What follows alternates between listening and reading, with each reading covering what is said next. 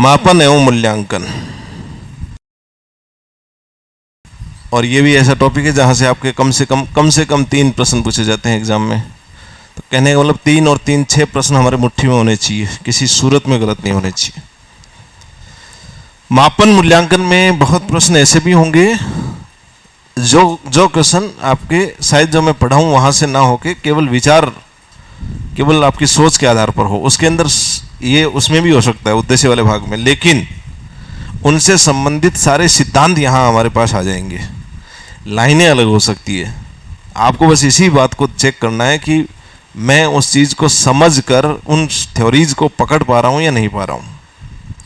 Line में यदि छोटा सा परिवर्तन हुआ तो भी घबराने। अभी एक प्रश्न बच्चा जो मुझे मिला नहीं, क्या प्रश्न है, निदानात्मक मूल्यांकन का कोई उद्देश्य का कोई प्रश्न था। मैं निदानात्मक जब आपको पढ़ाऊंगा तब बात करेंगे। उसमें आंसर उन्होंने उपरोक्त सभी दे रखा है। वो कह रहे कि सर केवल कठिनाई के कारणों का पता लगाना ही तो है। तो हम पढ़ेंगे वहाँ पे कारणों का पता लगाना तात्पर्य है, तात्पर्य अलग बात है।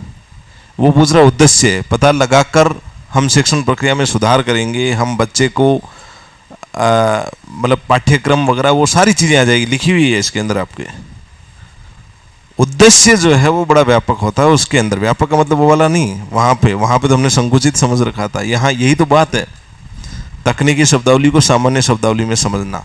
ऑब्जेक्टिव एंड आपके मीनिंग, दो चीज़ें चलती है साथ साथ में, यहाँ चलेगी।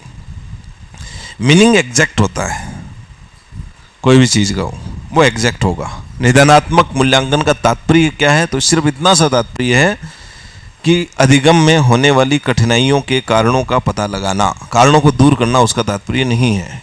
ये बात सही है। लेकिन जैसे ही उद्देश्य पूछेगा, निदानात्मक परीक्षण का उद्देश्य क्या है, तो पता लगाना भी है और उसको दूर करना भी है। नहीं तो पता लगा के क्या करोगे, उसको कचरे के डब्बे में फेंक दोगे। पता लगाने के बाद उससे करेंगे क्या, हम करेंगे यही ना कि उन कारणों को दूर किया जाए।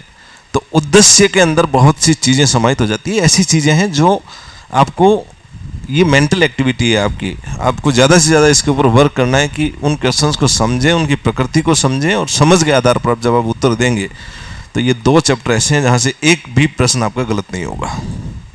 ठीक है, तो चलें मापन और मूल्यांकन। सबसे पहला है मापन।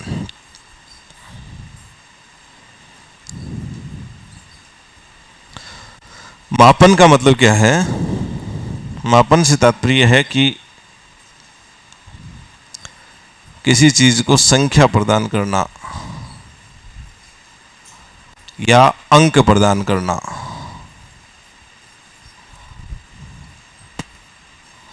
तो मापन जो है वो संख्या प्रदान करने की, अंक प्रदान करने की, या प्रतीक प्रदान करने की, प्रतीक भी प्रदान कर देते हैं इसमें, प्रतीक प्रदान करने की एक औपचारिक प्रक्रिया है। कैसी प्रक्रिया है ये ध्यान रखना, अनौपचारिक नहीं होता है मापन, औपचारिक प्रक्रिया है। मूल्यांकन अनौपचारिक हो सकता है, आकलन अनौपचारिक हो सकता है, मापन किसी सूरत में अनौपचारिक नहीं होगा, हमेशा क्या होगा, औपचारिक होगा।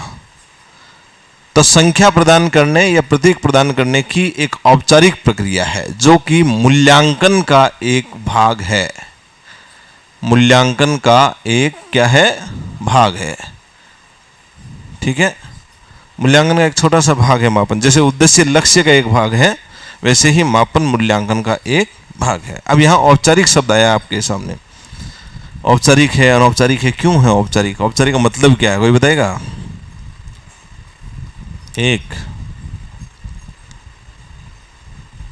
एक व्यक्ति, 2, यस,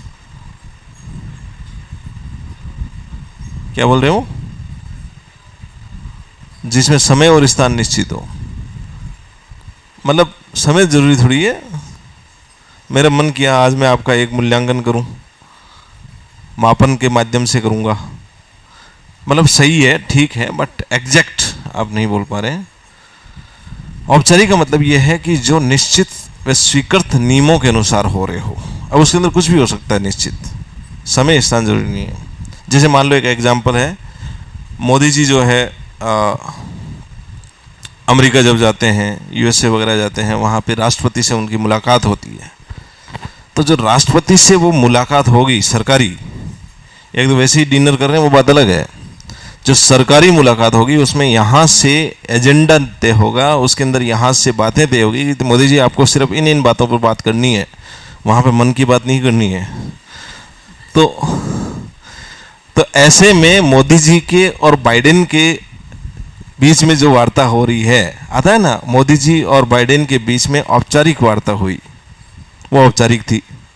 फिर मोदी जी आए वापस, ट्रंप से मुलाकात करके वापस आए पाकिस्तान में, नवाज शरीफ के घर जाके 2 मिनट गुफ्तगू करके आ गए। वो कौन सी थी? अनौपचारिक वार्ता थी। तो औपचारिक का मतलब स्वीकृत नियमों के अनुसार कुछ भी हो रहा है। मापन के अंदर कुछ भी कर रहे हो आप, मापन में किसी तथ्य के विभिन्न आयामों, किसी तथ्य के विभिन्न आयामों को संख्या प्रदान करना या प्रतीक प्रदान करना मापन कहलाता है। कैसे?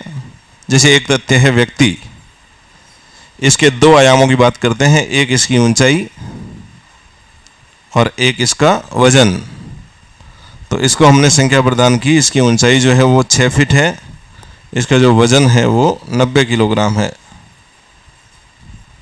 ठीक है।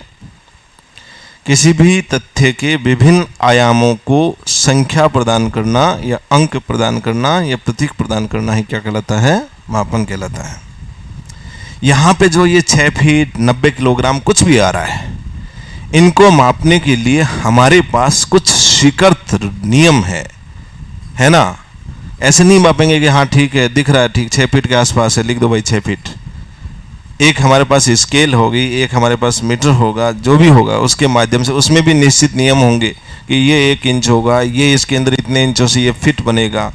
किलोग्राम वाले में भी वो निश्चित नियम होंगे। तो मापन में कुछ भी कर रहे हो निश्चित और स्वीकृत नियमों के अनुसार करोगे। क्लियर है? मापन को लेके बहुत सी परिभाषाएं हुई, जिसमें सबसे इंपॉर्टेंट एक परिभाषा थी एस स्टीवेंस।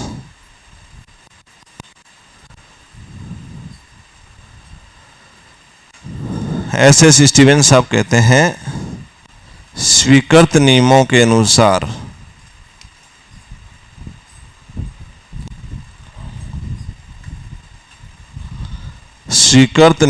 अनुसार अंक प्रदान करने की प्रक्रिया मापन कहलाती है। तो स्टीवेंस साहब की परिभाषा में, परिभाषा देखो ऐसा है, ज़्यादा परिभाषा तो नहीं करेंगे हम, 4-4 5-5 करेंगे। यदि फंस गई तो ठीक है, नहीं तो कोई बात नहीं, अगली बार एग्जाम में पहली बार यदि कोई आती है उसको अगली बार हम अपने इसका हिस्सा बना लेंगे। परिभाषाएं वैसे तो लगभग 100 के आसपास है, हम 5-7 याद करते हैं जो अक्सर पूछी जाती है एग्जाम में, कहीं ना कहीं पूछी गई है। अब नई यदि आ गई तो उसको अगली बार के लिए इंक्लूड किया जा सकता है मैक्सिमम। पूरी की पूरी परिभाषाएं तो आप याद कर सकते हो, नहीं याद करना चाहिए। जो कर सकते हैं उनको करने का प्रयास करेंगे। परिभाषा याद करते समय ये ध्यान रखो, किसी में भी याद कर रहे हो आप, अपनी तरफ से कुछ उनके बीच में सामंजस्य, कोई साम्यता आप बिठाने की कोशिश करो, कहीं ना कहीं मिल जाती है। कोशिश करोगे तो मिलेगी पक्का। अपनी तरफ से कर लो। टीचर्स यदि आपको नहीं बता रहे हैं, खुद की तरफ से की हुई ज़्यादा मजबूत होती है। तो याद करने में हमें कुछ मूल तत्व जो हैं, एक तो बड़े भारी तत्व हैं, उनको ध्यान रखना। जैसे मापन की इस परिभाषा में स्वीकृत नियम सिर्फ इसी परिभाषा में आएंगे। स्वीकृत नियमों के अनुसार फिर दूसरी बात बोलता है अंक प्रदान करना। तो स्टीवेंस साहब 2 बात बोल रहे हैं, एक स्वीकृत नियमों के अनुसार, दूसरा अंक प्रदान करना। तो स्टीवेंस महोदय स्वीकृत नियमों के अनुसार अंक प्रदान करने की बात कर रहे हैं। क्लियर है? ऐसे आपको छोटे छोटे पॉइंट्स पकड़ने हैं। दूसरे हैं Bradfield and Murdoch. Bradfield and Murdoch, Bradfield and Murdoch जो है वो बात करते हैं प्रतीक प्रदान करने की। किसकी? इसमें एक ये शब्द इंपॉर्टेंट है, प्रतीक प्रदान करना। अब देखो यहाँ पे मोरडॉक में हमारे मोर आ रहा है। मोर हमारा राष्ट्रीय प्रतीक है, राष्ट्रीय प्रतीक है ना। तो राष्ट्रीय प्रतीक में से एक मोर भी है, इसलिए इन्होंने ब्रैडफील्ड को कहा कि देखो भारत में ये परिभाषा पॉपुलर हो जाएगी यदि हम इसको प्रतीक प्रदान करना बोल देंगे। तो बोल दिया। ब्रैडफील्ड एंड मोरडॉक साहब ने क्या बोला, प्रतीक प्रदान करना ही मापन है। एक परिभाषा आपकी आती है कर्लिंगर से पहले भी है क्या कोई और? Wesley, okay. वेस्ले महोदय जो है वो ये कहते हैं कि मध्यमान,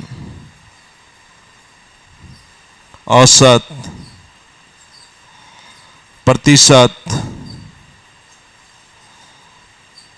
आदि के रूप में व्यक्त करना ही मापन है। तो इनकी परिभाषा में ये मैथमेटिकल टर्म आ रही है, ये बीच की बात कर रहे हैं। वेस्ले महोदय मध्य की बात कर रहे हैं, बीच की बात कर रहे हैं, औसत की बात कर रहे हैं, प्रतिशतता की बात कर रहे हैं, अनुपात की बात कर रहे हैं। इनके रूप में व्यक्त करना ही मापन है, ये बात कौन बोल रहे हैं? वेस्ले। ठीक है। एक आपके है कर्लिंगर।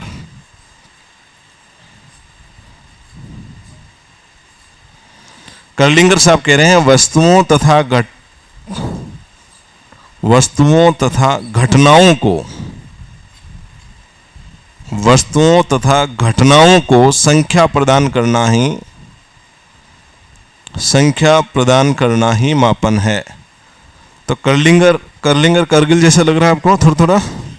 करगिल अपने देश के लिए एक बहुत बड़ी क्या थी? घटना थी।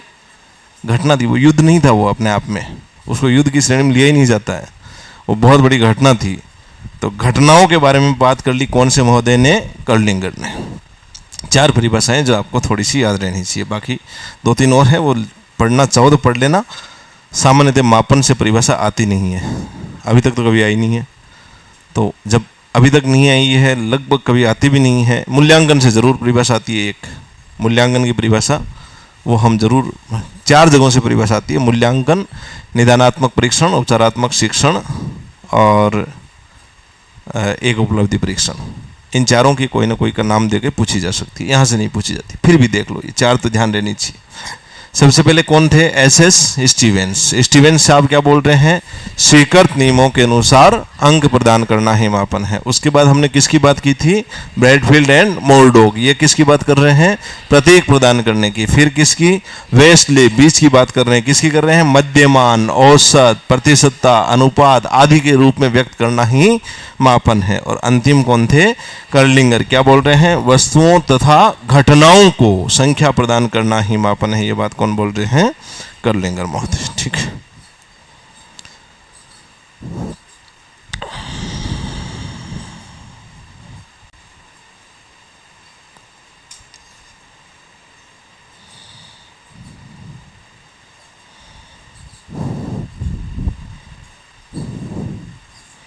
अब देखिए आगे देखते हैं हम मापन के स्तर।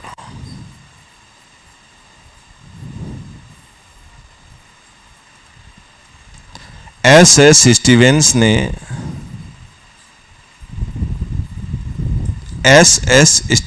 ने मापन के 4 स्तर बताए हैं। कितने स्तर बताए हैं? 4 स्तर बताए हैं। 4 स्तर को देखो। सबसे पहला है नामित मापन, दूसरा है क्रमिक मापन, तीसरा है अंतरित मापन और चौथा है आनुपातिक मापन।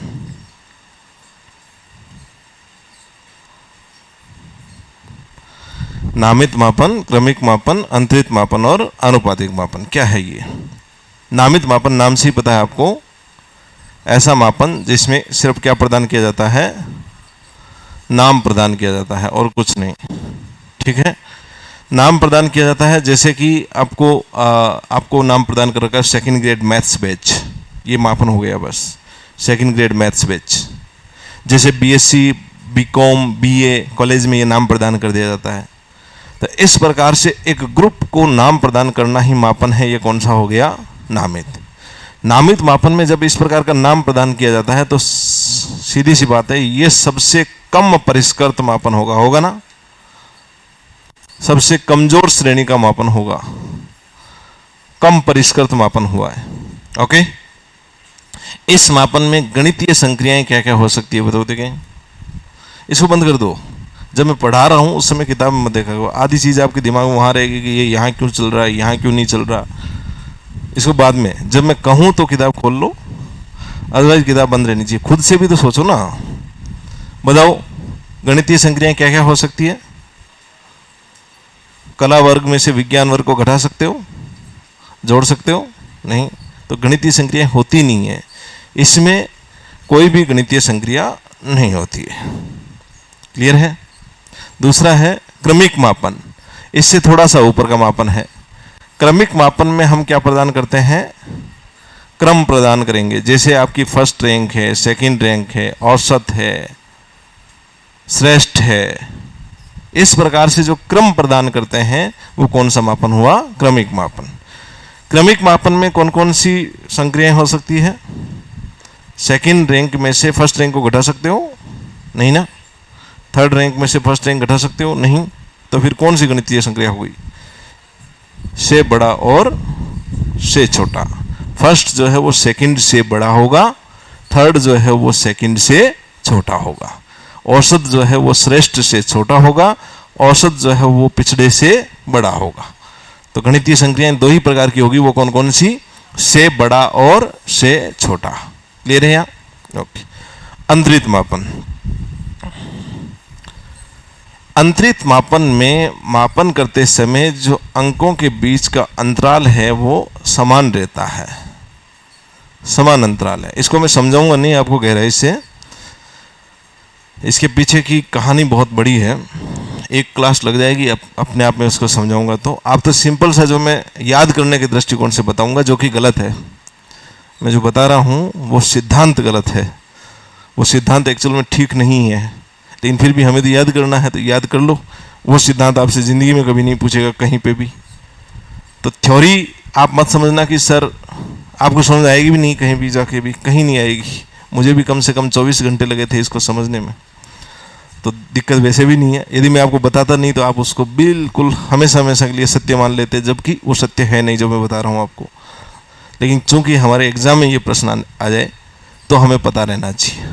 अंकों के बीच का अंतराल समान है का मतलब यहाँ पे आप याद करने के दृष्टिकोण से ये समझ लेना, जैसे इसके अंदर आपको ग्रेड प्रदान की जाती है 70 से 80, 71 से 80, 61 से 70, इस प्रकार से। तो अंतराल का बीच का अंतराल जो है, जबकि ये है नहीं, ये है ऐसे जैसे 55 नंबर आ रहे हैं, 60 नंबर आ रहे हैं, 70 नंबर आ रहे हैं। आपके जो भी शिक्षा मनोविज्ञान या शिक्षण के अंदर मापन यहीं पे आके खत्म हो जाता है। अंतरित मापन अंतिम है। यहाँ पे भी हम कर रहे थे, बीए, बीकॉम, बीएससी वाली बात कर रहे थे, यहाँ पे भी कर रहे हैं आपकी first rank, second rank, third rank. और ये शिक्षण के अंदर मापन जो है वो सिर्फ इधर इधर चल रहा है। ये आते ही भौतिक राशियों का मापन शुरू हो जाएगा। यहाँ पे फिजिक्स के अंदर जो वो मापन करते हैं, जहाँ जैसे जिसका शिक्षा मनोविज्ञान में कोई योगदान नहीं है, शिक्षण प्रक्रिया में हमारी जनरली उसके अंदर बहुत ज़्यादा यूज नहीं है। ये बहुत वैज्ञानिक प्रकार का मापन है और वैज्ञानिक मापन को शिक्षण प्रक्रिया में काम में नहीं लिया जा सकता। यहाँ पे अंकों के बीच का अंतराल सेम रहेगा, सभी के साथ समानता रहेगी। तो सामान्यतः आप इसी में समझ लो इसको। इस प्रकार से जो ये ग्रेडिंग दी जाती है, ए, बी, इस प्रकार से ये जो अंकन दिया जाता है, ये कौन से मापन में दिया जाता है? मुख्य रूप से अंतरित मापन में। ठीक है। अंतरित मापन जो है इसमें निरपेक्ष शून्य बिंदु नहीं पाया जाता है। एक भी ये बात ध्यान रखना, निरपेक्ष शून्य बिंदु नहीं पाया जाता है। मतलब क्या हुआ इसका? इतना मतलब समझो, जब निरपेक्ष शून्य बिंदु नहीं है, इसलिए किसी के सापेक्ष हम यहाँ पे मापन करते हैं कि मेरे यदि 0 नंबर आए, इसका मतलब ये नहीं है कि मुझे ज्ञान बिल्कुल नहीं है। मेरे 0 नंबर का मतलब ये है कि इसके जो 10 नंबर आए हैं, इसके सापेक्ष मुझे जो है वो ज्ञान 0 है। किसी दूसरे विद्यार्थी के सापेक्ष आपका मापन यहाँ पे किया जाता है। सापेक्ष मापन होता है। 0 का मतलब वो 0 नहीं है कि एग्जिस्ट नहीं है। आनुपातिक मापन में 0 है, इसका मतलब इस दुनिया में वो चीज़ एग्जिस्ट नहीं है। 0 का मतलब ये है। यहाँ पे 0 का मतलब ये नहीं है कि ज्ञान एग्जिस्ट ही नहीं है। ज्ञान हो सकता है कि हो, लेकिन किसी के सापेक्ष ज्ञान आपका 0 है। इसलिए इसमें निरपेक्ष शून्य बिंदु नहीं पाया जाता है। इस प्रकार के मापन में जो आपके गणितीय संक्रियाएं हैं वो कौन कौन सी हो सकती है? प्लस और माइनस। समझ रहे हैं? याद करने के दृष्टिकोण से समझना, अंतरित मापन के अंदर अंकों के बीच का अंतराल क्या होता है? समान होता है। सामान्यतः जैसे किस प्रकार का मापन, ग्रेडिंग वगैरह जो दी जाती है, शिक्षा मनोविज्ञान में या शिक्षण प्रक्रिया में सबसे ज़्यादा काम में लिया जाने वाला मापन कौन सा है? अंतरित मापन। ठीक है। इस प्रकार के मापन में निरपेक्ष शून्य बिंदु नहीं पाया जाता है तथा इसके अंदर गणितीय संक्रियाएं कौन कौन सी होती है? प्लस और माइनस। अब बात करते हैं आनुपातिक मापन। आनुपातिक मापन वो मापन होता है जो वैज्ञानिक तरीके से किया जाता है। ऐसा मापन वैज्ञानिक होने की वजह से यथार्थ होगा, शुद्ध होगा। सामान्यतः भौतिक राशियों का जो मापन किया जाता है वो आनुपातिक मापन के द्वारा किया जाता है। और जब शुद्ध होगा इसका मतलब ये सर्वाधिक परिष्कृत मापन होगा। सर्वाधिक परिष्कृत मापन कौन सा होगा? आनुपातिक मापन। इस मापन में निरपेक्ष शून्य बिंदु पाया जाता है।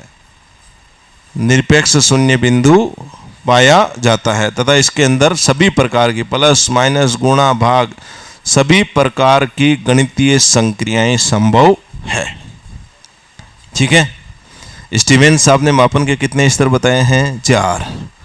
सबसे पहला कौन सा? नामित, उसके बाद क्रमिक, उसके बाद अंतरित, उसके बाद आनुपातिक। नामित मापन में क्या प्रदान करते हैं? नाम, केवल नाम प्रदान करते हैं, इसलिए ये कैसा मापन है? सबसे कमजोर मापन है, गणितीय संक्रियाएं नहीं पाई जाती। उसके बाद में कौन सा आ गया? क्रमिक, क्या प्रदान करोगे? क्रम, जैसे फर्स्ट, सेकंड, थर्ड। इस प्रकार के मापन में गणितीय संक्रिया कौन सी होगी? से बड़ा और से छोटा। उसके बाद में कौन सा आ गया? अंतरित। अंतरित मापन में अंकों के बीच का अंतराल समान, निरपेक्ष शून्य बिंदु नहीं पाया जाता। जैसे ग्रेडिंग हमारे प्रदान की जाती है, शिक्षण प्रक्रिया और शिक्षा मनोविज्ञान में सर्वाधिक काम में आने वाला मापन है। इस प्रकार के मापन में गणितीय संक्रियाएं कौन कौन सी है? प्लस और माइनस। उसके बाद किस में चले? आनुपातिक मापन में। कैसे बनाया जाता है? वैज्ञानिक तरीके से बनाया जाता है, इसलिए क्या होगा? सबसे परिष्कृत मापन होगा। सबसे कमजोर श्रेणी का मापन कौन सा है? नामित। सबसे परिष्कृत कौन सा है? आनुपातिक। सामान्यतः कैसी चीजों को मापता है? भौतिक राशियों का मापन करता है। इसमें निरपेक्ष शून्य बिंदु पाया जाता है तथा सभी प्रकार की गणितीय संक्रियाएं संभव है। क्लियर है?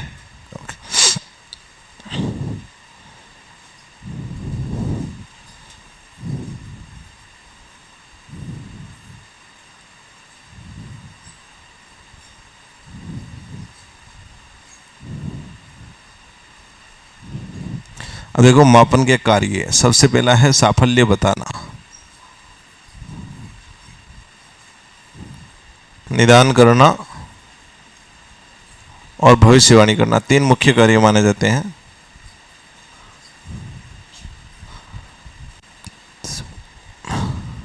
मापन के आधार पर हम बता सकते हैं कि व्यक्ति किस फील्ड में कितना सफल है। अच्छे मार्क्स आ रहे हैं गणित के अंदर, ये जबरदस्त है।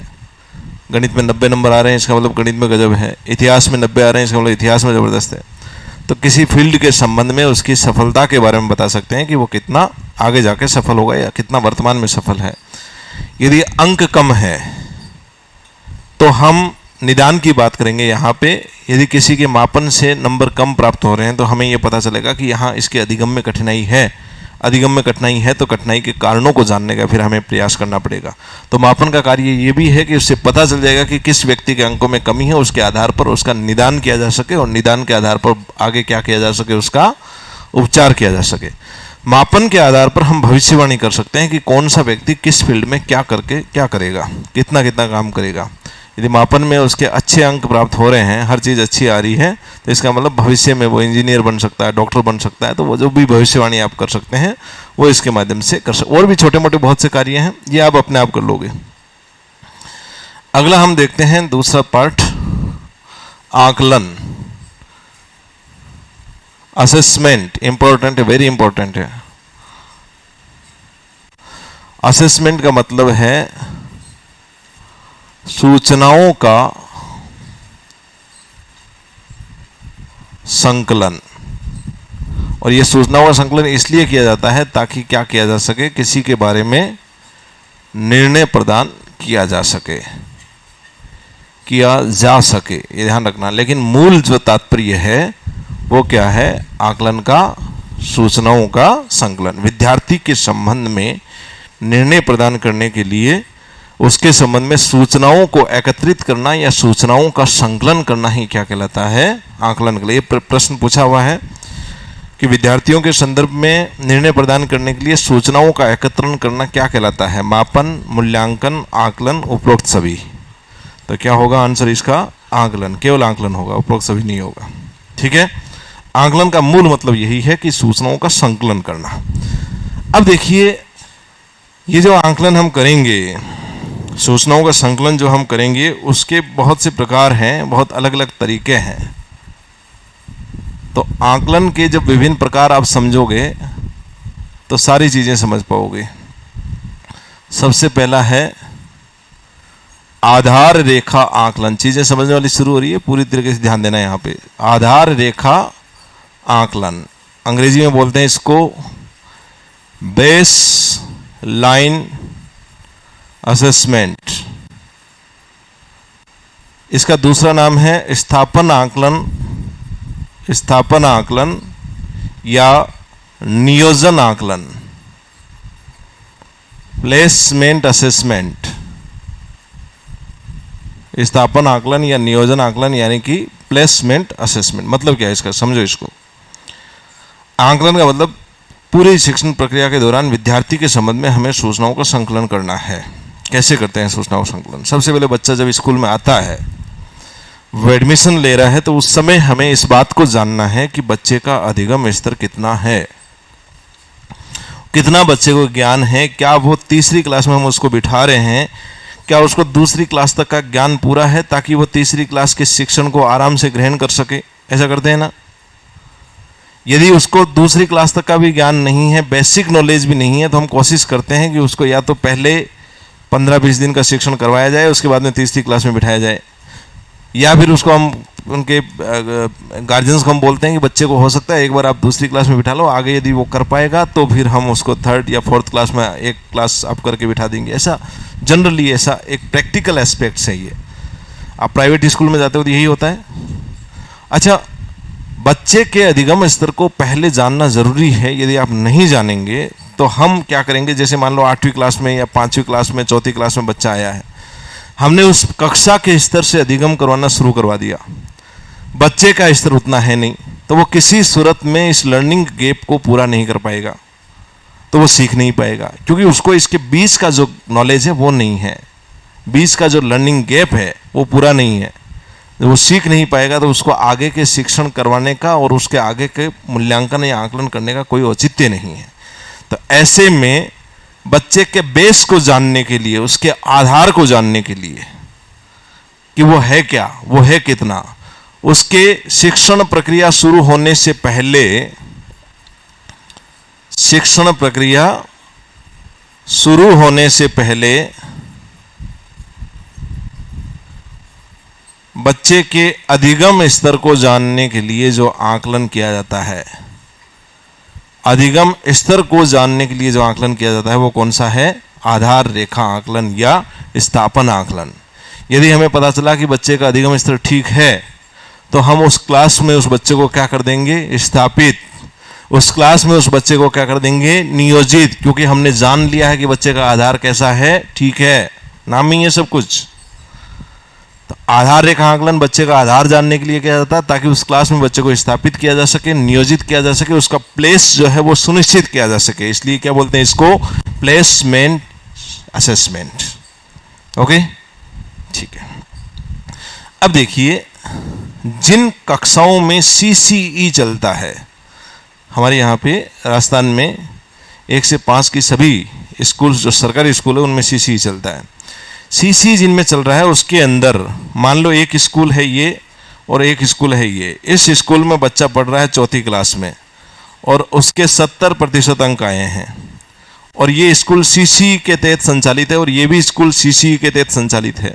बच्चा इस स्कूल से इस स्कूल में जाना चाह रहा है 5वीं क्लास में, ठीक है। तो 5वीं क्लास में जब इस स्कूल में जाएगा तो यहाँ पे जरूरी नहीं है कि हम उसका आधार रेखा आकलन करें। पिछली कक्षा का अंतिम योगात्मक आकलन जो है, अंतिम योगात्मक आकलन है, उसी को आधार मानते हुए उस कक्षा में उस बच्चे को स्थापित किया जा सकता है। तो यदि दोनों स्कूलें सीसीई से संचालित हैं, ऐसे में पिछली कक्षा के अंतिम योगात्मक मूल्यांकन को आधार मानते हुए उस बच्चे को स्थापित किया जा सकता है। अलग से आधार रेखा आकलन करने की जरूरत नहीं है, क्योंकि 70% आ रहा है, इसका मतलब उसको उसका इतना नॉलेज है। समझ रहे? ओके। आधार रेखा आकलन कब किया जाता है? शिक्षण प्रक्रिया शुरू होने से पहले। किस बात को जानने के लिए किया जाता है? बच्चे के अधिगम स्तर को, ताकि उसका शिक्षण उसके अधिगम स्तर के अनुसार शुरू किया जा सके। ठीक है? ओके। चलो मान लो हमने बच्चे का आधार का आकलन कर लिया है, हमें पता चल गया है कि अधिगम स्तर क्या है, तो अब उसका शिक्षण शुरू कर दिया हमने। शिक्षण प्रक्रिया शुरू होने के पश्चात जो आकलन होता है उसे बोलते हैं फॉर्मेटिव असेसमेंट। शिक्षण प्रक्रिया शुरू होने के बाद कंटिन्यूअसली, लगातार शिक्षण प्रक्रिया के दौरान जो बच्चे का आकलन हो रहा है उसे क्या बोलेंगे? निर्माणात्मक, रचनात्मक, संरचनात्मक, अलग अलग नाम हो सकते हैं। अंग्रेजी में एक ही नाम क्या है? Formative assessment. अब देखो, समझो इसको। ये कब किया जाता है? शिक्षण प्रक्रिया के दौरान। प्रश्न यही पूछे जाते हैं शिक्षण प्रक्रिया के। अभी रीट में ये प्रश्न पूछा गया था कि सत्र की समाप्ति पर कौन सा आकलन किया जाता है? शिक्षण प्रक्रिया के दौरान यह आकलन किया जाता है, नंबर 1। अब जब दौरान करेंगे, समझना इसको अच्छे से। दौरान का मतलब, जैसे मैं अभी आपको पढ़ा रहा हूं और पढ़ाने के दौरान कम से कम मैंने आपसे, जैसे बीच में एक बार 10 क्वेश्चन दिए थे ना, बीच में कभी कभी यहाँ पे क्वेश्चंस लिखवा के आपसे पूछ रहा हूँ, खुद से आपसे बुलवा रहा हूँ, कोई एक ऐसा शब्द दे रहा हूँ कि आप खुद बताओ क्या होगा। तो ये मैं प्रक्रिया के दौरान, मुख्य रूप से अनौपचारिक रूप से होता है, ये औपचारिक नहीं है। ये प्रक्रिया के दौरान बीच बीच में बच्चे के अधिगम स्तर को जानने के लिए कि वो किस प्रकार से अधिगम कर रहा है, कितना अधिगम कर रहा है, अधिगम कर पा रहा है कि नहीं कर पा रहा है, इस बात को जानने के लिए जो आकलन किया जा रहा है वो कौन सा होगा? रचनात्मक। मुझे यदि ये पता चला कि आपकी क्लास में उन 11 क्वेश्चन में से लगभग 90% बच्चों ने 4 से ज़्यादा क्वेश्चन ठीक नहीं किए हैं, तो मुझे ये लगेगा कि बच्चे सही से सीख नहीं पा रहे हैं। लगेगा ना? आप में से लगभग 90% ने 9 से ज़्यादा प्रश्न ठीक किए, तो मुझे लगेगा कि हाँ ठीक है, शिक्षण ठीक से चल रहा है। लेकिन जैसे ही 4 से कम वाले 90% बच्चे हुए तो शिक्षण ठीक से नहीं चल रहा है। जब शिक्षण ठीक से नहीं चल रहा है तो इसका मतलब बच्चों के अधिगम में क्या आ रही है? कठिनाई। अधिगम में कठिनाई आ रही है, ये हमें बीच में ही पता चल गया। अधिगम में कठिनाई आ रही है, इसका मतलब अब हमें क्या करना पड़ेगा? निदानात्मक परीक्षण करना पड़ेगा कि अधिगम में कठिनाई का कारण क्या है। बीच में ही करेंगे हम आपका। अधिकतर बच्चों के अधिगम में कठिनाई आ रही है, उसके पीछे का कारण क्या है भाई? या तो ये कारण हो सकता है कि शिक्षक ठीक से नहीं पढ़ा रहा है, शिक्षण विधियां ठीक से नहीं आ रही है, या ये कारण हो सकता है कि बच्चों ने इससे पहले का कोई एक ऐसा बेस है जो उसका क्लियर नहीं है, इस वजह से आगे की चीज़ें नहीं सीख पा रहे। बहुत से कारण हो सकते हैं। कोशिश करेंगे हम जानने की आपके अधिगम में कठिनाई का कारण क्या है, और जैसे ही हमें पता चलेगा तो सबसे पहले हम उसका आपका क्या करेंगे? उपचार। अधिगम में होने वाली उन कठिनाइयों के कारणों को दूर करके आपको सही से अधिगम करवाएंगे ना? तो कहने का मतलब रचनात्मक आकलन की प्रकृति कैसी है? निदानात्मक तथा उपचारात्मक। ठीक है? रचनात्मक आकलन में यदि हमने इतनी चीजें अपनाई है, इसका मतलब हमारी शिक्षण प्रक्रिया में क्या हुआ है? सुधार। तो रचनात्मक आकलन क्या करता है? शिक्षण प्रक्रिया में सुधार। यदि टीचर की शिक्षण विधि सही नहीं है, हो सकता है कि बहुत से बच्चे इसलिए नहीं सीख पा रहे हैं कि टीचर की शिक्षण विधि ठीक नहीं है, तो हम क्या करेंगे? शिक्षण विधियों में सुधार करेंगे ना।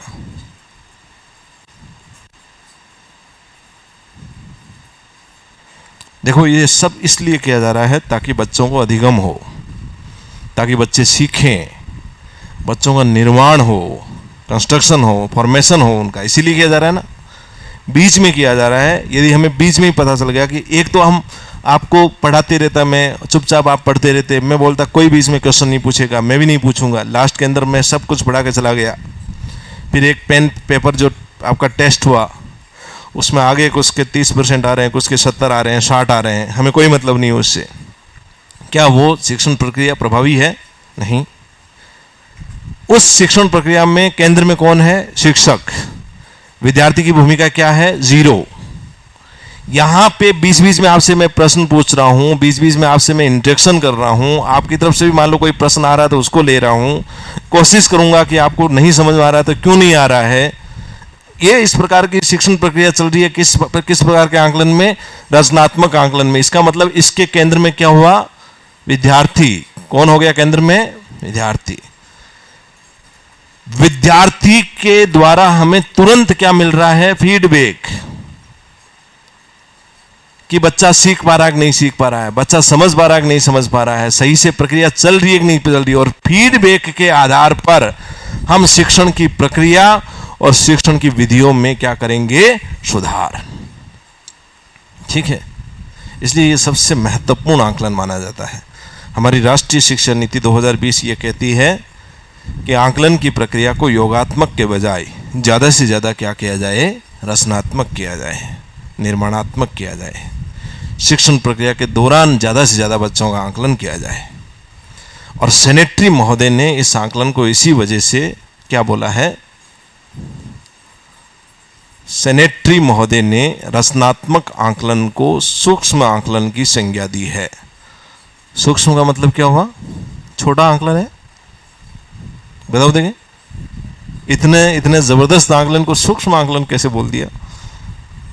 कोई भी पीछे से हाथ खड़े होते हैं तो भी मुझे पता नहीं चलता है।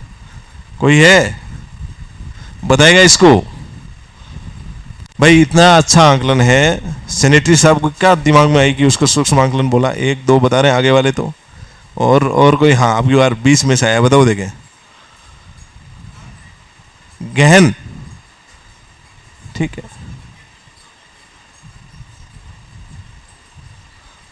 ठीक है, कोशिश ठीक है। और कोई? सूक्ष्म का मतलब सामने से कोई बता रहा था क्या?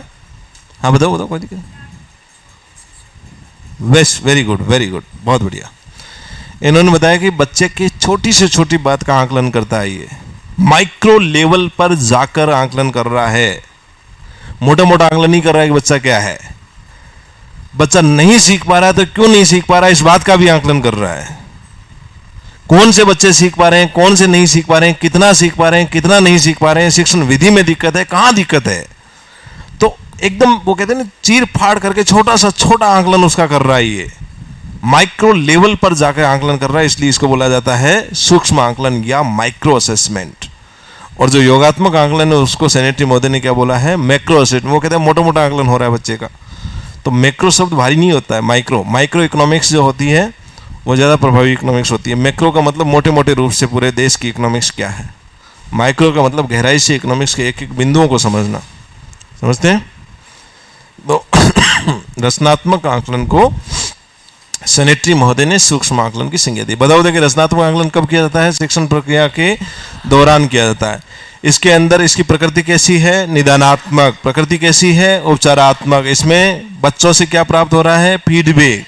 फीडबैक के आधार पर क्या करेंगे? शिक्षण प्रक्रिया में सुधार, शिक्षण की विधियों में सुधार। ठीक है, अगला आता है आपका योगात्मक आंकलन।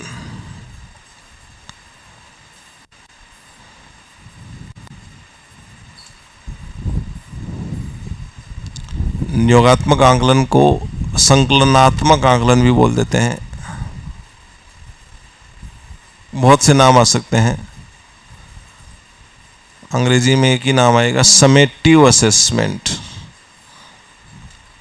योगात्मक आंकलन का मतलब यह है कि शिक्षण प्रक्रिया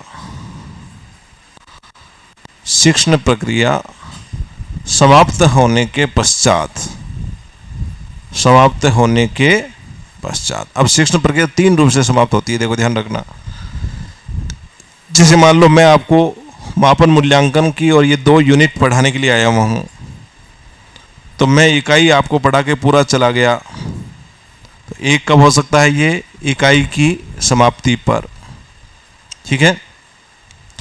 एक आपके जैसे मान लो 3 महीने तक लगातार कोर्स चल रहा है, 3 महीने बाद में जो कुछ 3 महीने में पढ़ाया उसका एक टेस्ट लेना है, तो एक सत्र, अर्धवार्षिक, त्रैमासिक, वार्षिक, ये जो सत्र समाप्त होते हैं, तो दूसरा क्या हो गया?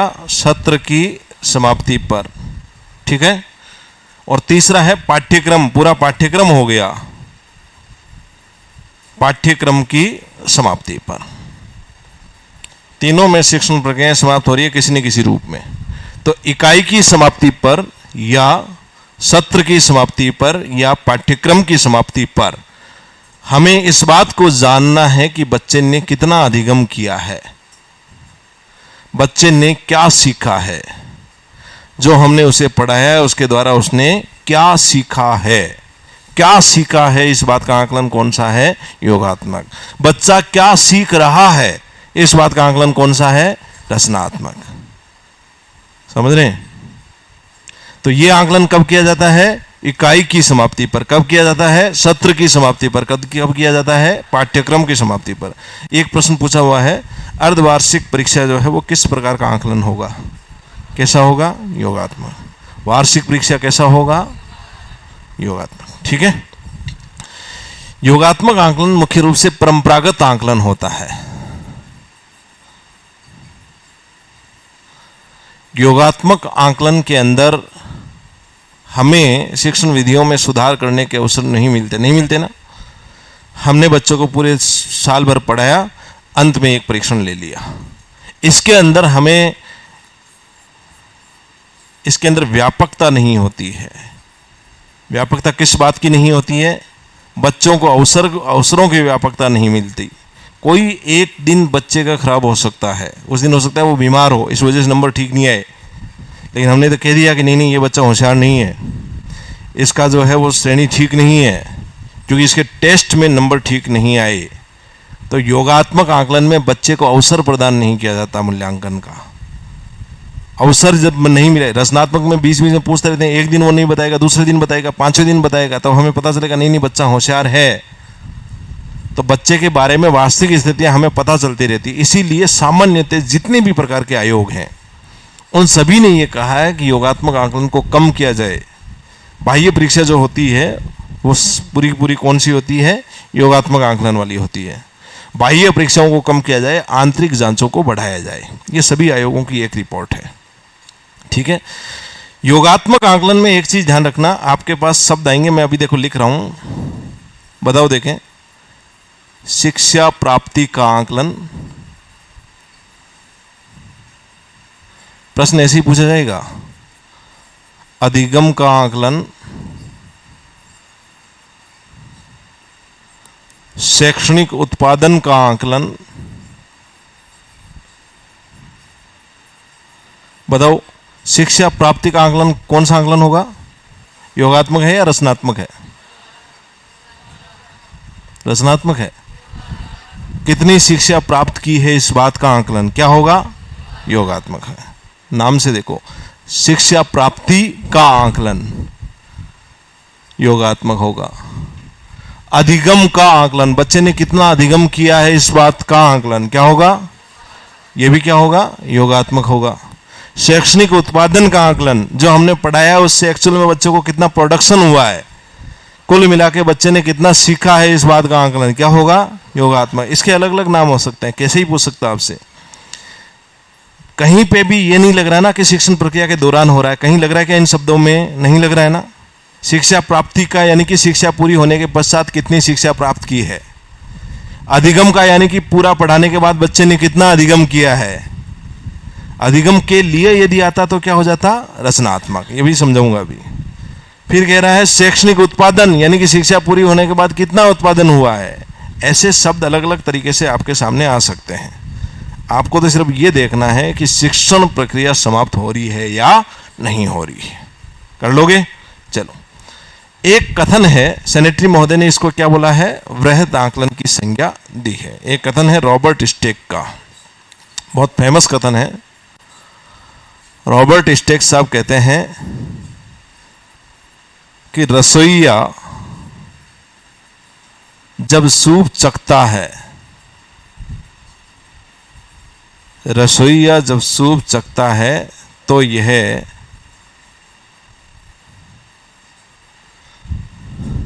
अतिथि जब सूप चखते हैं, अतिथि जब सूप चखते हैं तो यह खालिस्तान है। यह प्रश्न ऐसे आ गया, बताओ खालिस्तान रिक्त स्थान की पूर्ति कीजिए। रसोइया जब सूप चखता है तो ये क्या है, रचनात्मक है। अतिथि जब सूप चखता है तो ये क्या है, योगात्मक है। सूप बनाने के दौरान रसोइया सूप चखेगा कि कितना ये तीखा है, इसके अंदर नमक है कि नहीं है, इसके अंदर मसाला ठीक से पड़ा है कि नहीं पड़ा है। तो वो शिक्षण प्रक्रिया के दौरान, सूप बनाने के दौरान चख रहा है। यदि उसको लगा कि नहीं सूप में नमक ठीक नहीं है, मसाला ठीक नहीं गिरा है, तो तुरंत उसका क्या कर देगा, उसमें सुधार। तो सुधार का अवसर कहाँ मिल रहा है, रचनात्मक में। एक बार सूप को परोस दिया और अतिथि के सामने ले गए, अब जैसा भी अतिथि बोलेंगे अच्छा है या बुरा है, सिर्फ इतना ही बोलेंगे ना, तो ये क्या है, सूप बनने के पश्चात, यानी कि शिक्षण प्रक्रिया पूरी होने के पश्चात सुधार के अवसर मिल रहे हैं क्या, नहीं। तो ये क्या हुआ, योगात्मक। ठीक है, 3 प्रकार के आकलन आपके हो गए। सबसे पहले हमने कहा बच्चा क्लास में आया, स्कूल में आया, स्कूल में उसको एडमिशन करना है, तो शिक्षण प्रक्रिया शुरू होने से पहले बच्चे के अधिगम स्तर क्या है, कितना है, इस बात को जानने के लिए कौन सा आकलन किया था, आधार रेखा। आधार रेखा आकलन के आधार पर बच्चे को क्लास में क्या किया, स्थापित। बच्चे को क्लास में क्या किया, नियोजित। बच्चा क्लास में नियोजित हो गया, स्थापित हो गया, उसके बाद में शिक्षण प्रक्रिया शुरू हो गई। शिक्षण प्रक्रिया के दौरान जो आकलन चल रहा था वो कौन सा था, रचनात्मक। रचनात्मक आकलन में पता चल रहा है कि बच्चे नहीं सीख पा रहे हैं, तो हम क्या करेंगे, निदानात्मक परीक्षण। निदानात्मक परीक्षण से अधिगम की कठिनाइयों का कारण पता चलने के बाद क्या करेंगे, उपचारात्मक शिक्षण। इसका मतलब रचनात्मक आकलन की प्रकृति कैसी, नैदानिक तथा उपचारात्मक। उसके अंदर हमें पता चला कि बच्चा नहीं सीख पा रहा है, शिक्षण विधियां ठीक नहीं है, तो बच्चों से हमें क्या प्राप्त हो रहा है, फीडबैक।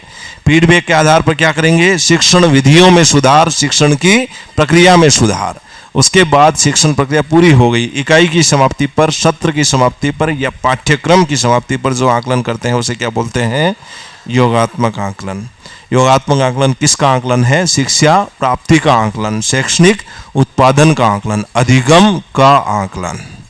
सेनेटरी महोदय ने योगात्मक आकलन को क्या बोला है, वृहत आकलन। रचनात्मक को क्या बोला है, सूक्ष्म आकलन। ठीक है,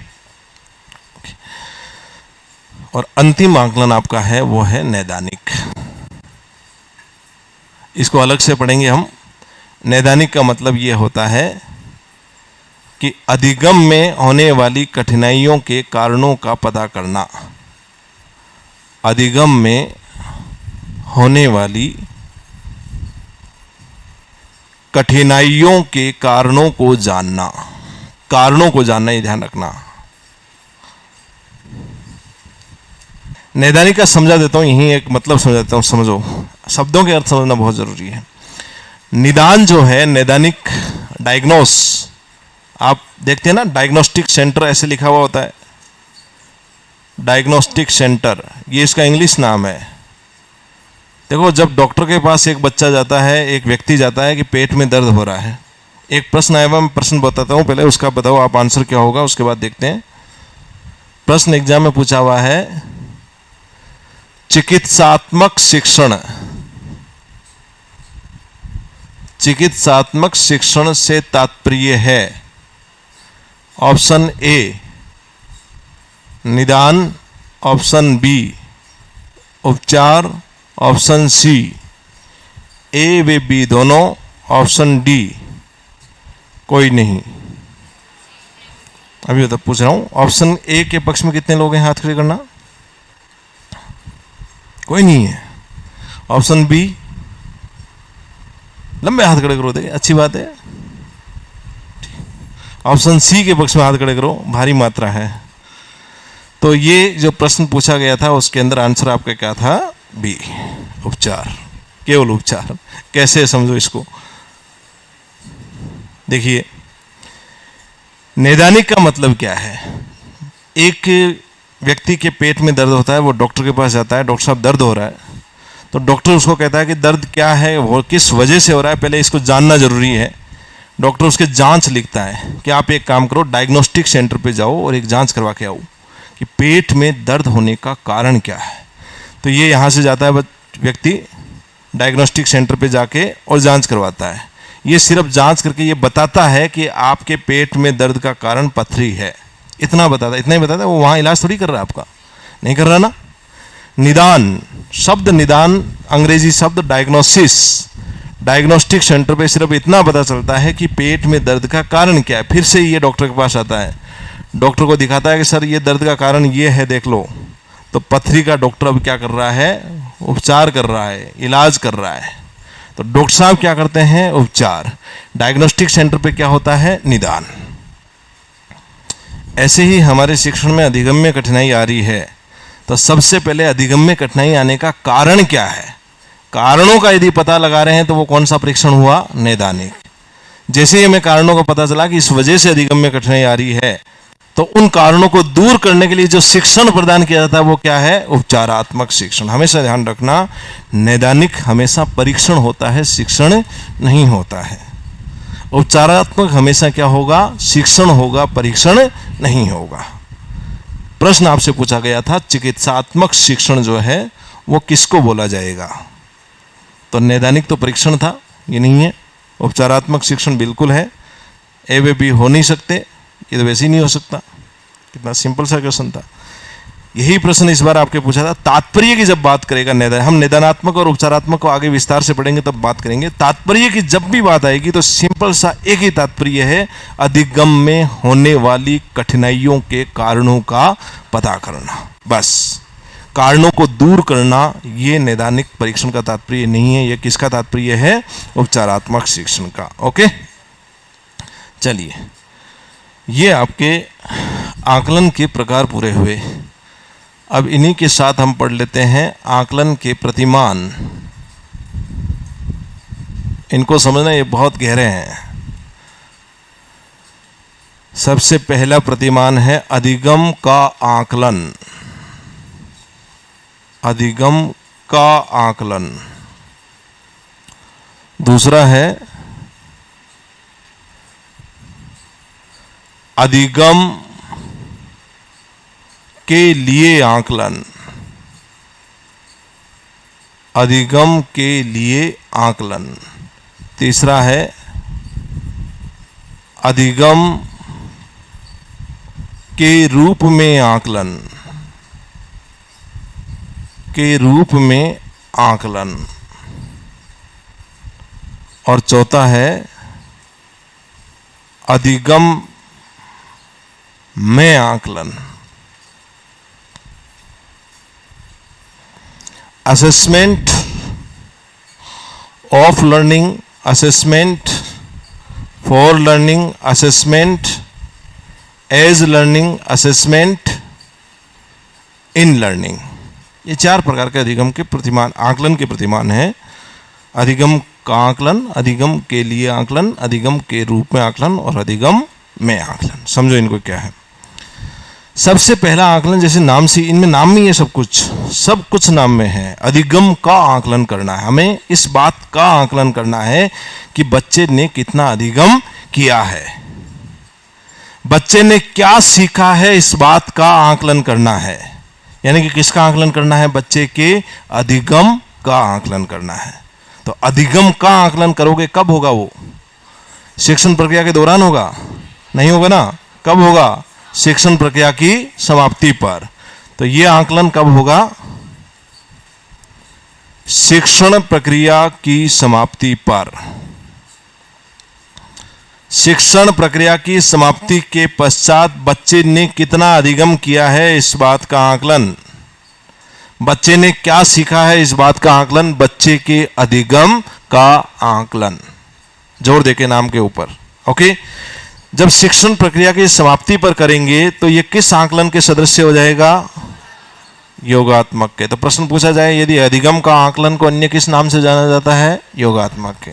ठीक है, योगात्मक आकलन है, शिक्षण प्रक्रिया की समाप्ति पर किया जाता है। तो इस प्रकार के आकलन में दो चीज की बात करेंगे हम, एक अधिगम की रचना, अधिगम की रचना, और दूसरा आकलन की रचना, आकलन की रचना। मतलब क्या इसका समझो, यानी कि मैं आपको जो पढ़ा रहा हूं मैं कैसे पढ़ाऊंगा इस बात की रचना, और मैं जो आपका पेपर लूंगा वो कैसे पेपर होगा इस बात की रचना। समझ रहे?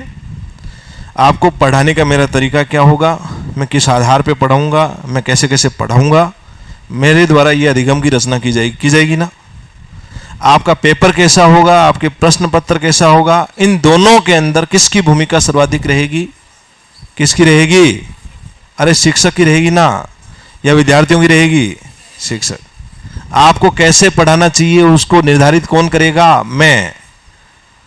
आपका मूल्यांकन कैसे करना है, प्रश्न पत्र कैसे बनाना है, उस बात का मूल्यांकन निर्धारण कौन करेगा? मैं करूंगा। तो कहने का मतलब अधिगम तथा आकलन की रचना किसके द्वारा की जाती है? इसमें शिक्षक के द्वारा। विद्यार्थी मूक दर्शक होता है, विद्यार्थी की भूमिका जीरो होती है यहां पे। तो ये कहने का मतलब पूर्णतः कैसा आकलन है? शिक्षक केंद्रित आकलन। समझ गए? अधिगम का आकलन क्या है? पूर्णतः शिक्षक केंद्रित आकलन। ओके। दूसरा है अधिगम के लिए आकलन। अब यहां पे ये जो आकलन करना है ये किस बात के लिए करना है? विद्यार्थियों के अधिगम के लिए। अधिगम हो रहा है कि नहीं हो रहा है? यदि अधिगम नहीं हो रहा है तो उसको अच्छे से अधिगम करवाना है, उसको बढ़िया से समझाना है। दिक्कत आ रही है तो दिक्कतों को पता करो और उसको दूर करना है। यानी कि हमें करना क्या है? विद्यार्थियों के अधिगम के लिए आकलन करना है। इस बात के लिए आकलन करना है ताकि बच्चों का अधिगम हो जाए। समझ रहे हैं? तो अधिगम के लिए आकलन कब होगा? शिक्षण प्रक्रिया के दौरान। Very good. शिक्षण प्रक्रिया के दौरान। शिक्षण प्रक्रिया के दौरान होगा, यानी कि किस आकलन के सदृश होगा? रचनात्मक। इस आकलन में अधिगम तथा आकलन की रचना कौन करेगा? कौन करेगा? शिक्षक ही करेगा। आपको कैसे पढ़ाना है इस बात की रचना कौन करेगा? मैं ही तो करूंगा। आपको कैसे कैसे बीच बीच में प्रश्न पूछने हैं, रचना कौन करेगा? मैं ही करूंगा। तो अधिगम तथा आकलन की रचना शिक्षक ही करेगा, लेकिन किसके आधार पर करेगा? विद्यार्थियों के फीडबैक के आधार पर। विद्यार्थियों के फीडबैक के आधार पर करेगा। समझ गए? पता चला विद्यार्थियों को समझ नहीं आ रहा है तो तुरंत शिक्षण करवाने की या अधिगम करवाने की रचना को बदल डालेगा। पता चल रहा है विद्यार्थी टफ क्वेश्चंस का जवाब बिल्कुल नहीं दे पा रहे हैं तो तुरंत अच्छे टफ क्वेश्चंस की जगह मॉडरेट और इजी क्वेश्चंस पूछना शुरू कर देगा ताकि विद्यार्थी प्रोत्साहित रहे। ऐसा ही तो है ना? तो कहने का मतलब पहला आकलन क्या था? अधिगम का आकलन। का आकलन यानी कि बच्चे ने कितना अधिगम किया इस बात का आकलन कब करेंगे? शिक्षण प्रक्रिया की समाप्ति पर। किसके सदृश? योगात्मक। अधिगम तथा आकलन की रचना कौन? शिक्षक। दूसरा क्या है? अधिगम के लिए आकलन। के लिए करना है इसका मतलब शिक्षण प्रक्रिया के दौरान आकलन करना है।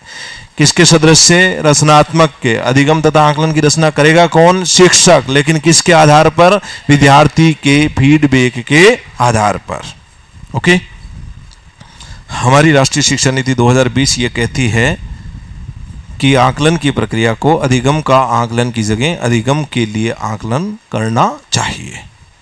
ध्यान रखना, राष्ट्रीय शिक्षा नीति 2020 इतना ही कहती है, वो अधिगम के रूप में आकलन की बात नहीं कर रही, वो अधिगम में आकलन की बात नहीं कर रही। जबकि अधिगम के रूप में आकलन और अधिगम में आकलन इससे 1000 गुना ज्यादा अच्छा है।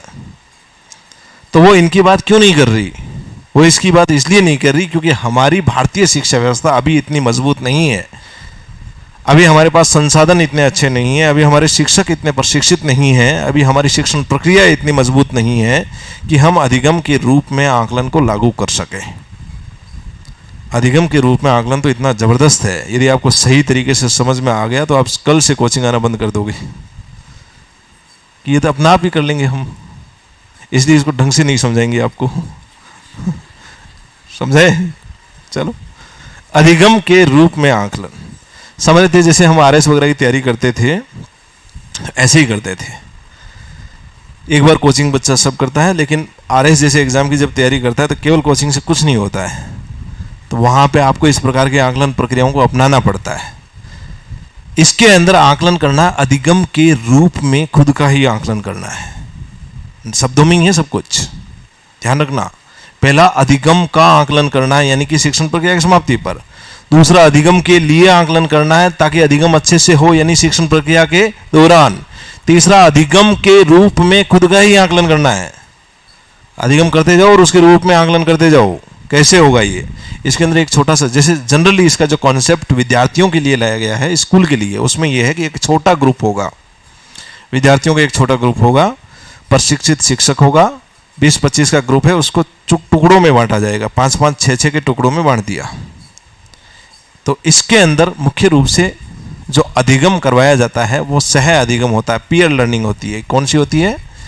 पीयर लर्निंग, सह अधिगम, इंपॉर्टेंट। 5 या 6 बच्चों का ग्रुप बना दिया कि आपको ऐसे ऐसे पढ़ना है, इन इन चीज़ों को पढ़ना है, मिलके पढ़ना है। जैसे हम आरएस तैयारी करते थे तो हम यही करते थे कि 6 लोग 10 लोग हम जो साथ तैयारी करते थे, हम कहते कि आप देखो इस बिंदु के ऊपर रिसर्च करके आओगे और हम सभी 9 को बताओगे, आप इस पे करके आओगे, आप हम सबको बताओगे। एक टॉपिक पर रिसर्च करने में 15 से 20 घंटे लगते हैं, उस टॉपिक को पढ़ने में 1 से 2 घंटे लगते हैं। जैसे आप लोगों के लिए इनमें कहीं से कहीं ने हमने जो रिसर्च वगैरह की है, तो एक एक टॉपिक पर कभी कभार 25-25 घंटे भी लगे हैं। मैं आपको 1 घंटे में पढ़ा के चला जाता हूँ और आपको वो सारी चीज़ समझ में आ जाती है। लेकिन जब पहली बार वो लाई गई थी तो उसके पीछे 20 घंटे लगे थे, ये आपको नहीं पता। तो ये जब इनके अंदर हमें ये डेवलपमेंट भी करना है बच्चों में कि ये खुद से रिसर्च करके चीज़ों को समझ सकें, तो इनको एक एक टॉपिक पकड़ा दिया कि आप इसके ऊपर रिसर्च करके अपना चीज़ तैयार करें और अपने साथी 5 बच्चों को बताओ कि इसका मतलब क्या है। ऐसे 6 टॉपिक्स को ये सब लोग मिलकर तैयार कर लेंगे, समझ रहे हैं? और एक टॉपिक पर जब 10 से 12 घंटे की रिसर्च होगी तो ज़बरदस्त होगी। रिसर्च अच्छी होनी चाहिए, इसके अंदर रिसर्च के ऊपर बल दिया जाता है। रिसर्च अच्छी होनी चाहिए, आपकी बताने का तरीका अच्छा होना चाहिए। 6 के 6 बच्चे जो होंगे वो सेम अधिगम स्तर के होने चाहिए। इसके अंदर जो ये समस्या, इसी वजह से बात नहीं कर रहे हैं हम। यदि 6 में एक बच्चा कमज़ोर अधिगम स्तर का है या एक बहुत ज़्यादा उच्च अधिगम स्तर का है, तो वो ये सोचेगा कि यार ये तो मेरा शोषण हो रहा है यहाँ पे, तो ये सोचेगा यार मेरा तो कुछ फ़ायदा ही नहीं हो रहा है। तो ऐसे लगभग सिमिलर लर्निंग जो एक्सपीरियंस वाले बच्चे होने चाहिए। उसके बाद में वो मिलकर आपस में आरएस में सामान्यतः मुख्य परीक्षा जब तैयारी कर रहे हैं तो सामान्यतः वो सारे एक ही अधिगम स्तर के होते हैं। ऐसे जब हम तैयारी करते थे तो हमारा अधिगम बड़े आराम से हो रहा होता है। अब बीच बीच में हमें आपस में खुद का ही आकलन करना है, पेपर बना के या क्वेश्चन, जैसे मान लो वो हिंदी वगैरह में विलोम शब्द वगैरह हम पढ़ते थे तो अलग अलग सबकी अलग अलग थ्योरी थी। मैंने कहा कि विलोम शब्द और ये पर्यायवाची हम पढ़ेंगे वो ऐसे पढ़ेंगे।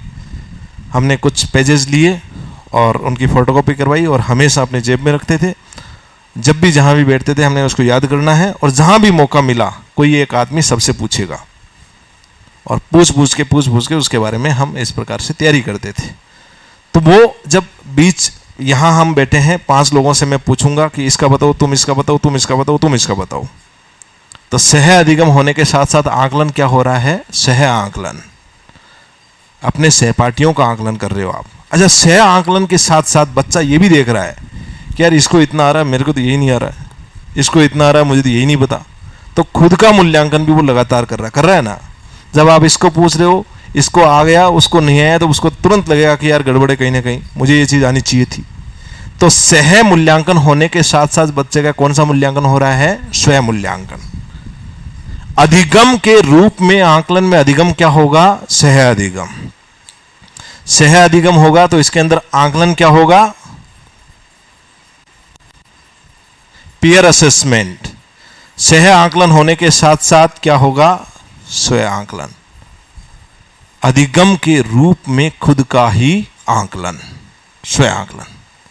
अब इसके अंदर यदि किसी की दिक्कत आ रही है, नहीं सीख पा रहा है, तो हम बीच के अंदर बैठ के हम ये करते हैं कि भाई आपके अधिगम में कठिनाई का कारण क्या है, आप इसलिए नहीं सीख पा रहे हैं, आपको इसको ऐसे पढ़ रहे हो। फिर मैं कहता हूँ देखो इसको ऐसे पढ़ा करो, बीच में यूँ इस साइड में हाथ लगा दो और ये विलोम शब्द पढ़ते जाओ, जो याद नहीं हो रहा है उसको हल्का टिक करो। अलग अलग सबकी स्टाइल है, सब अपने अपने स्तर पर बता रहे हैं कि मुझे तो ऐसे याद हो रहा है। यदि दोबारा से याद नहीं हो रहा है तो उसका थोड़ा सा एक गहरा टिक करो। तीसरी बार में याद नहीं हो रहा है तो गोला कर लो। अब ये गोले गोले वालों को 4-5 बार रिवाइज कर लो और थोड़े दिनों बाद पता चलता है कि जो सबसे टफ थे वो हमेशा के लिए याद हो गए, इजी थे, उनके अंदर वापस दिक्कत आने लग गई। तो ऐसे किस वजह से याद नहीं हो रहा है, उनके कारणों का पता लगा के उनको दूर करने का इसके अंदर भी प्रयास किया जाता है। तो इसका परीक्षण जो है बीच बीच में कौन सा चलता रहता है, इसमें नैदानिक परीक्षण। ठीक है। इस आकलन में अधिगम तथा आकलन की रचना कौन कर रहा है? अधिगम तथा आकलन की रचना शिक्षक तथा विद्यार्थी मिलकर करते हैं। शिक्षक तथा विद्यार्थी मिलकर। देखो हम बात कर रहे हैं 10वीं स्तर की, वो मैं बता रहा हूं आपको RS वाली जब हम तैयारी कर रहे थे वो अलग है। 10वीं में ऐसा ये 40 लोगों का ग्रुप रहेगा, 10-10 लोगों के ग्रुप्स बांटेंगे। टीचर कहेगा कि आप ये तैयार करो, आप ये करो, इनको पढ़ाओ। तो टीचर जो कहेगा उसके अनुसार उसके मार्गदर्शन में वो 10 बच्चे पढ़ेंगे। ये ऐसा होना चाहिए। तो इसके अंदर अधिगम तथा आकलन की रचना कौन करेंगे? शिक्षक तथा विद्यार्थी मिलकर। तो कहने का मतलब ये कैसा आकलन हुआ? कैसा आकलन हुआ? विद्यार्थी केंद्रित। ओके। अधिगम के रूप में खुद का आकलन। कैसा आकलन है? अधिगम कैसा है इसके अंदर? सह अधिगम। आकलन कैसा है? सह आकलन। सह आकलन के साथ साथ स्वयं आकलन। परीक्षण कौन सा हो रहा है? नैदानिक परीक्षण। अधिगम तथा आकलन की रचना कौन कर रहा है? शिक्षक तथा विद्यार्थी मिलकर।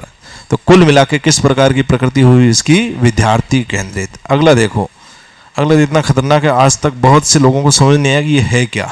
अधिगम में आकलन। अधिगम के अंदर ही आकलन कर लेना है, अलग से आकलन करने की जरूरत ही नहीं है। ये कह रहे हैं कि आकलन करना ही नहीं है,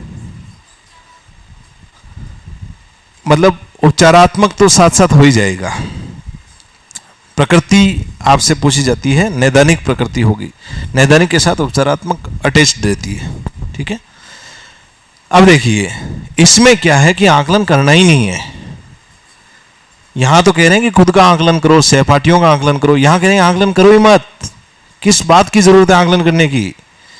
ये इस बात पर बल देता है, जैसे मान लो आप लोग पढ़े हैं, अब तक 7वीं क्लास में आप लोग पढ़ के आए हैं, 10वीं क्लास में आप पढ़ के आए हैं। जब 7वीं या 8वीं में जब पढ़ते थे, सिंधु घाटी सभ्यता उस समय पढ़ी थी। तो जैसे ही 7वीं क्लास का टेस्ट आपका पूरा हो गया, फाइनल एग्जाम हो गए, वार्षिक परीक्षा, उसके बाद में आप ये कहते हो ना कि ठीक है अब ये सिंधु घाटी से लार छूटी, पीछा छूटा, ऐसे बोलते हैं ना। जब आप BSc करके आए हो, BSc के अंदर वो केमिस्ट्री वाला पेपर आपने जैसे ही दिया कि बस अब जिंदगी में कभी केमिस्ट्री से पल्ला नहीं पड़ेगा, हो गया काम। तो आप किसके लिए पढ़ रहे हो? हमारी शिक्षण प्रक्रिया सिर्फ इस बात के लिए हो रही है कि हमें सही उत्तर लिखना है, बस इतना ही तो है ना। हम सिर्फ इसलिए पढ़ रहे हैं ताकि एग्जाम में जाकर सही उत्तर लिख दें। हम इसलिए नहीं पढ़ रहे हैं कि जो हमें शिक्षण करवाया जाए उससे हमारे अंदर हमारे इनर रिसोर्सेज डेवलप हो, हमारी वैचारिक प्रक्रिया डेवलप हो, हमारे विचार करने की शक्ति डेवलप हो, या हमारे दैनिक जीवन में कहीं ना कहीं वो चीजें काम में आए। क्योंकि हमारी शिक्षण प्रक्रिया है ही ऐसी। शिक्षण प्रक्रिया में फोकस इस बात पर दिया जाता है कि सही उत्तर क्या है। इस पर फोकस करना चाहिए क्या? नहीं।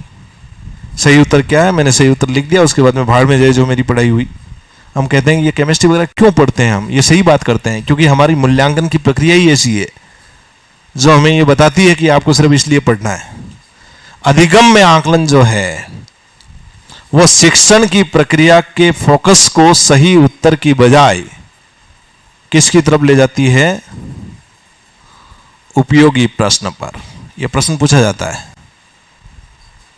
आकलन की ऐसी कौन सी प्रक्रिया है जिसमें शिक्षण का फोकस सही उत्तर की बजाय उपयोगी प्रश्न पर किया जा रहा है? वो कौन सी होगी? अधिगम में आकलन। ये कहते हैं कि अलग से आकलन मत करो, आप मत पूछो बच्चे से कि सही उत्तर क्या है, इससे वो नहीं समझ पाएगा बेचारा, उसकी विचार प्रक्रिया नहीं बन पाएगी अच्छे से। आप तो उनके अंदर ये चीज डेवलप करो कि एक अच्छा प्रश्न क्या हो सकता है, आपके दिमाग के अंदर क्या क्या प्रश्न पैदा हो रहे हैं, आप तो ये बताओ। और यदि बच्चा अपने अंदर से, जैसे तीसरी क्लास में जो 3 साल का 2 साल का बच्चा प्रश्न पूछता है कि ये ऐसे क्यों है, ये सूरज ऐसे क्यों है, चंदा ऐसे क्यों है, पूछते हैं ना, वो जिज्ञासाएं आती है वहां से। जिज्ञासाएं जब आएगी, उसके सामने खड़ा शिक्षक सिर्फ माँ और पिताजी सिर्फ ये बताते हैं कि उसके अंदर, यदि वो बताएंगे नहीं तो वो कुछ नहीं कर पाएगा। हम बता दें कि बेटा देखो ये ऐसे है, ये इस वजह से हो रहा है, ये इसमें, तो वो तुरंत सीखेगा। यदि अधिगम उसको परमानेंट करवाना है, सही करवाना है, तो उसकी तरफ से सिर्फ प्रश्न आने चाहिए। शिक्षक सामने सिर्फ परामर्शदाता के रूप में रहे और वो बताए कि ये इस वजह से होता है बेटा, ये इस वजह से होता है। आकलन करने की जरूरत नहीं है, केवल इंक्वायरी चलनी चाहिए। सामने से प्रश्न आएंगे, प्रश्न उनकी तरफ से होंगे, विद्यार्थी शिक्षक परामर्शदाता के रूप में उनको बताता रहेगा कि ये ऐसा यूं होता है, ये ऐसा यूं होता है, और बच्चा जो है वो अच्छे से अच्छे प्रश्न पूछे। एक बार मैं 8वीं क्लास में पढ़ा रहा था, बीएड करने के दौरान, बीएड की थी मैंने 2008-9 की बात है, तो 8th क्लास में पढ़ा रहा था मैं, ग्रीन हाउस इफेक्ट पढ़ा रहा था। ग्रीन हाउस इफेक्ट में मैंने कहा कि देखो ये पृथ्वी है, इसके चारों तरफ ये कार्बन डाइऑक्साइड की परत आ जाती है, फिर ये सूर्य की किरण अंदर आती है, ये पृथ्वी से टकराती है, जब ये वापस बाहर जाती है तो परत की वजह से बाहर नहीं जा पाती, टकरा के वापस अंदर आ जाती है। इससे जो ये टेम्परेचर है ये पृथ्वी का बढ़ जाता है। इसे ही ग्रीन हाउस इफेक्ट कहा गया है। मैंने पढ़ा दिया, और मैंने जैसे पढ़ा लिया, बच्चों ने पढ़ लिया, उनको समझ में भी आ गया। जब एग्जाम में प्रश्न आएगा, बढ़िया से ये चित्र वित्र बना के उत्तर लिख के आ जाते। उनमें से एक बच्चे ने प्रश्न किया कि सर मेरा एक प्रश्न है, बताओ कि ये जो आपने कहा कि ये कार्बन डाइऑक्साइड की परत चारों तरफ आ गई, इधर से ये किरण आ रही है और अंदर चली गई, फिर यहाँ टकरा के जब बाहर जा रही है तो बाहर नहीं जा पाती, जब ये बाहर जा नहीं पाती तो ये अंदर आई कैसे? मतलब उसके अंदर क्यूरियोसिटी थी। उसको हमें यही करना है कि उनको ये सब चीजें दी जाए, वो पढ़ें, पढ़ने के बाद में वो उन जो चीज उनको समझ नहीं आए उसके संबंध में वो ऐसे प्रश्न पूछे कि सर ये ऐसा क्यों हुआ, सर ये ऐसा क्यों हुआ। एक्चुअल में आकलन ऐसे ही चलना चाहिए, एक्चुअल में शिक्षण ऐसे ही चलना चाहिए। बच्चे की तरफ से प्रश्न आए कि ये ऐसा क्यों हुआ, हम करवाते हैं कि याद कर लो बेटा, ये ऐसा है, ये ऐसा है, बच्चा याद कर लेगा, ठीक है कर लेंगे, कुंजी वो रटते रहते थे, याद करते रहते थे, फिर लिख देते थे उत्तर, फिर नंबर आ जाते 95, उसका कोई फायदा नहीं है। यानी कि शिक्षण की प्रक्रिया में सही उत्तर पे फोकस के बजाय उपयोगी प्रश्न पर फोकस होना चाहिए, और पूरी शिक्षण प्रक्रिया किस आधार पर चलनी चाहिए? पूछताछ के आधार पर, इंक्वायरी बेस्ड चलनी चाहिए, कोई आकलन होना ही नहीं चाहिए। जब इस प्रकार का अधिगम होगा, इस प्रकार से आकलन होगा, तो इसमें अधिगम तथा आकलन दोनों की रचना कौन कर रहा है? यहां पे विद्यार्थी। क्या पढ़ना है, कैसे पढ़ना है, वो भी डोर किसके हाथ में है? विद्यार्थी के में। प्रश्न क्या होंगे, वो भी डोर किसके हाथ में है? विद्यार्थी के हाथ में है।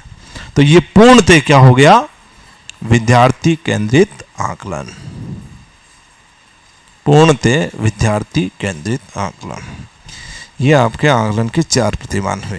हम अभी दूसरी प्रतिमान में पहुंचने की कोशिश कर रहे हैं। हमारा देश जो है, हमारे देश की शिक्षण प्रक्रिया जो है, वो अभी दूसरे में, उसके लिए भी जोर लगाया जा रहा है रोज कि अधिगम के लिए आकलन अपनाओ, अधिगम के लिए आकलन अपनाओ, वो भी नहीं अपना पा रहे हैं। अभी पहले में पढ़े हैं हम, जबकि चौथे तक जाना है। तो बताओ क्या क्या है? सबसे पहला क्या है? अधिगम का आकलन, दूसरा अधिगम के लिए आकलन, तीसरा अधिगम के रूप में आकलन, चौथा अधिगम में आकलन। अधिगम का आकलन कब होगा? शिक्षण प्रक्रिया की समाप्ति पर। किसके सदस्य? योगात्मक के सदस्य। अधिगम तथा आकलन की रचना कौन करेगा? शिक्षक। तो पूर्णतः क्या हुआ? शिक्षक केंद्रित आकलन। अधिगम के लिए आकलन कब होगा? शिक्षण प्रक्रिया के दौरान। किसके सदस्य? रचनात्मक आकलन के। अधिगम तथा आकलन की रचना करेगा कौन? शिक्षक। लेकिन किसके आधार पर? विद्यार्थी के फीडबैक के आधार पर। अधिगम के रूप में आकलन करना है तो अधिगम क्या होना चाहिए? सह अधिगम। आकलन क्या होगा? सह आकलन। सह आकलन के साथ साथ स्वयं आकलन। परीक्षण कैसा? नैदानिक परीक्षण। अधिगम तथा आकलन की रचना कौन करता है? शिक्षक तथा विद्यार्थी मिलकर। तो कैसा आकलन हुआ ये? विद्यार्थी केंद्रित आकलन। और अंतिम क्या है? अधिगम में आकलन, यानी कि अलग से आकलन करने की जरूरत नहीं है, अधिगम के अंदर ही आकलन करना है। तो इस आकलन में फोकस किस पर नहीं रहना चाहिए? सही उत्तर पर। किस पर रहना चाहिए? उपयोगी प्रश्न पर। ऐसे आकलन में सामान्यतः क्या चलता है? पूछताछ। इसके अंदर अधिगम तथा आकलन की रचना कौन करेगा? विद्यार्थी स्वयं करेगा। इसलिए ये क्या होगा? पूर्णतः विद्यार्थी केंद्रित आकलन।